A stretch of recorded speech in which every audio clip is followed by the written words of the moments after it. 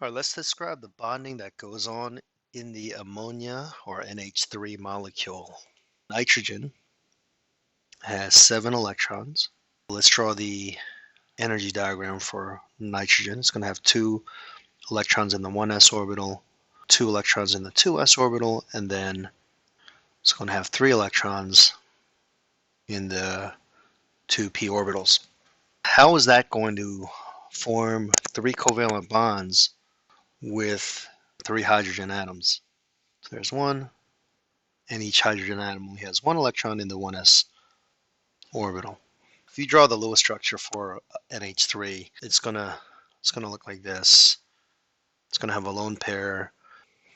Actually, let me draw the try to make this geometrically accurate, because we know VSEPR says it's tetrahedral.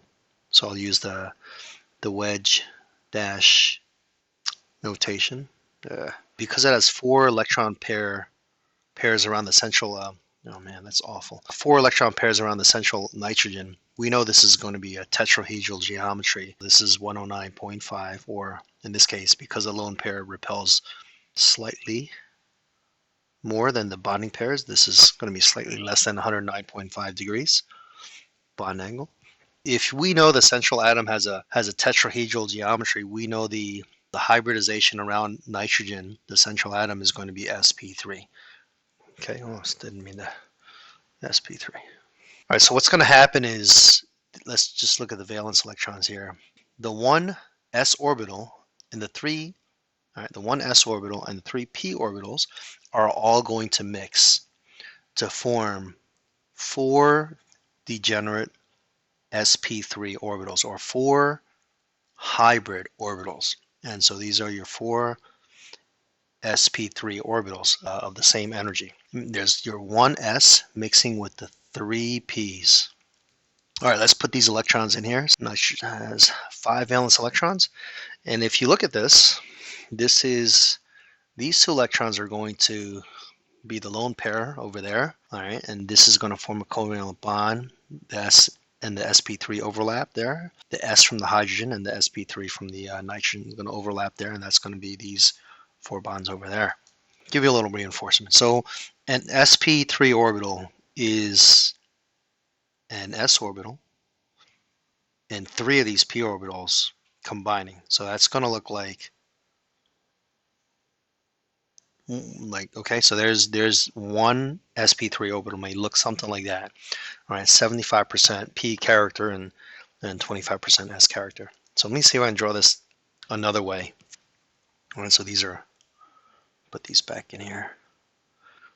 There's one of your sp3 orbitals, and it's going to have 2 electrons there. That's right there. All right, and then I'm gonna draw that nitrogen hydrogen bond using another sp3 orbital. Okay, but this time it's going to overlap with the 1s orbital from that hydrogen. So you're going to get 2 electrons there. All right, I'm going to try to draw this bond here. It's kind of coming out of the screen, so a little bit bigger. All right, and let's say that's going to form a bond with that hydrogen there. So the 1s from that hydrogen. There's your 2 shared electrons there. I'm going to try that, draw that one over there. It's kind of going behind your screen. All right. All right, a little bit behind us, so it's a little smaller looking. And that's going to be overlapping with that hydrogen there.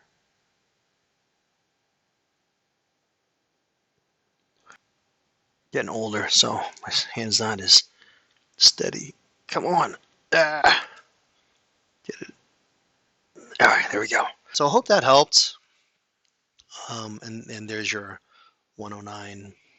Oh man, 109.5.